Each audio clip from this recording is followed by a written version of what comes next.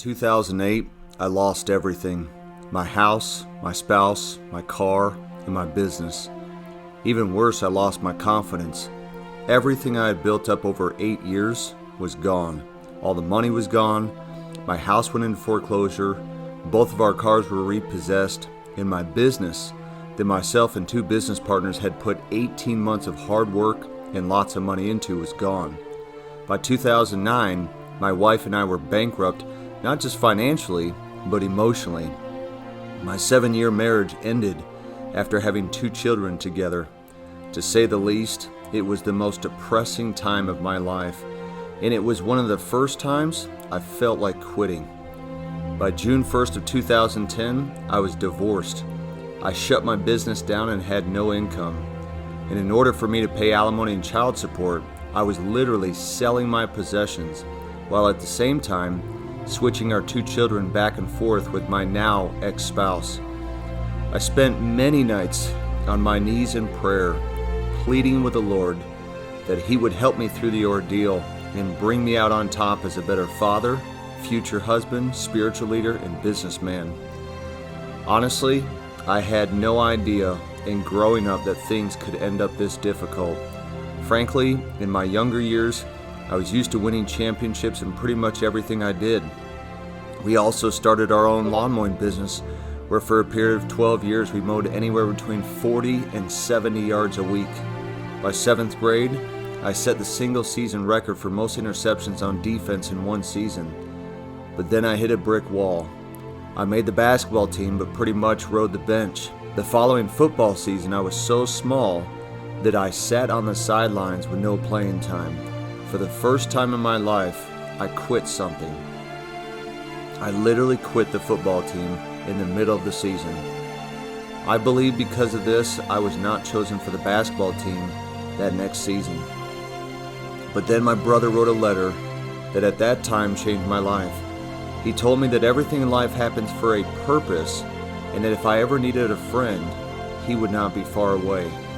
He told me as his brother that he would work with me and help me become a better player. He told me that he loved me, and that meant a lot to me. Those few words gave me encouragement, and I went on to the City League to become the #1 draft pick in the league the following season. The following year, I made the high school basketball team and then was cut. This became yet another blow to my confidence. Yet I took something negative and used it as positive fuel in the City League as I became the leading scorer that season. Feeling upset, I won the 3-point contest for the city, the high school free throw contest, and 2 different tournament contests. Having been inspired by watching my brother succeed in football, it gave me the motivation to turn my attention to football. It became my focus for the next 3 years, and I became the starting quarterback. On top of that, we then won the city championship in basketball. For a period of 2 years, I turned my attention to serving full-time missionary service, where my life completely changed, and so did my focus. I realized during that time that with God as your partner, there was not anything you could not do. I went on to marry, and we had 2 children. After having been a top salesperson for 2 separate publicly traded companies, I started my own business. I was introduced to the School of Hard Knocks after having much success in the beginning. My 2 business partners went another direction separately, and it left me alone. At this point, I was ticked off for greatness, but it was too late. My marriage was coming to an end, and right as everything had picked up, everything came crumbling down. I decided to take what was the biggest setback of my life and turn it into a major comeback. Fast forward 5 years, I'd become a master distributor, a 2-time distributor of the year, a top retailer, top recruiter, and had won every major award given in the company. I had built a team of 700,000 customers in a period of 5 years and had done $280 million in sales. During this time, I also met my wife Jamie, who became my best friend and eventually my spouse. Between us, we have 6 children. It's true, your test does become your testimony. Frankly, I would not have achieved the levels of success in every area if it were not for my wife being a cheerleader by my side, cheering me along the way. Once again, a trial occurred.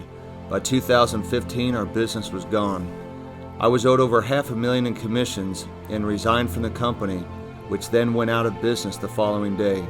A short time later, a former neighbor approached me about starting a solar company, and I could not turn down the deal. 7 months later, the owners were suing each other, and I did not want to be caught in the middle. So once again, I resigned and went back to network marketing.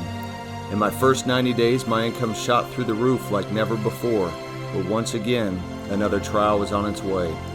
The person who brought me in the company left the company and took nearly 90% of what we had built up. I called the CEO and told him I'm not going anywhere because I believe in this company and I believe in the vision. My flag is planted. Over the next 4 years, we brought in over 200,000 new customers and did nearly $500 million in sales. During this time, my wife and I bought the home of our dreams and also became debt-free. Our business is thriving more than at any other time in my career. So with all of this, what has made the difference over these 40 years? I would say vision. I would say persistence. I would say consistency. I would say focus. Whether it was quitting the football team or getting cut from the basketball team or losing a marriage, losing a home, multiple cars, and all of our money, the quote that comes to mind is when Michael Jordan said, "I have failed over and over and over again in my life, and that is why I succeed." Like me, everyone will have their seasons. Everyone will have their test, but they are not permanent. They are temporary. The land of promise is guaranteed to those who are faithful. You will continue to increase. There will be made a way when it appears there is no way. It will be given back to us in good measure, pressed down, shaken together, and running over. Abundance and prosperity is your birthright. I was bankrupt in every way possible. Divorce is about as bad, if not worse, than death. Bankruptcy can be heart-wrenching. Having your cars taken is embarrassing. Having your business go down can be outright depressing. Losing your home through foreclosure can be a strain on your marriage. Yet God can turn it all around. He made my wrongs right. He made a river in the desert and a way in the wilderness. He made me a new person and gave me a new life. In a period of 10 years, I went from bankrupt, divorced, with no business, to a life that many dream to have. My belief is that the happiest people on earth are not the ones with the most money, but the ones who are making the most impact and contribution. If the Lord did it for me, He can surely do it for you. I cannot wait to see what the next 40 years holds in store.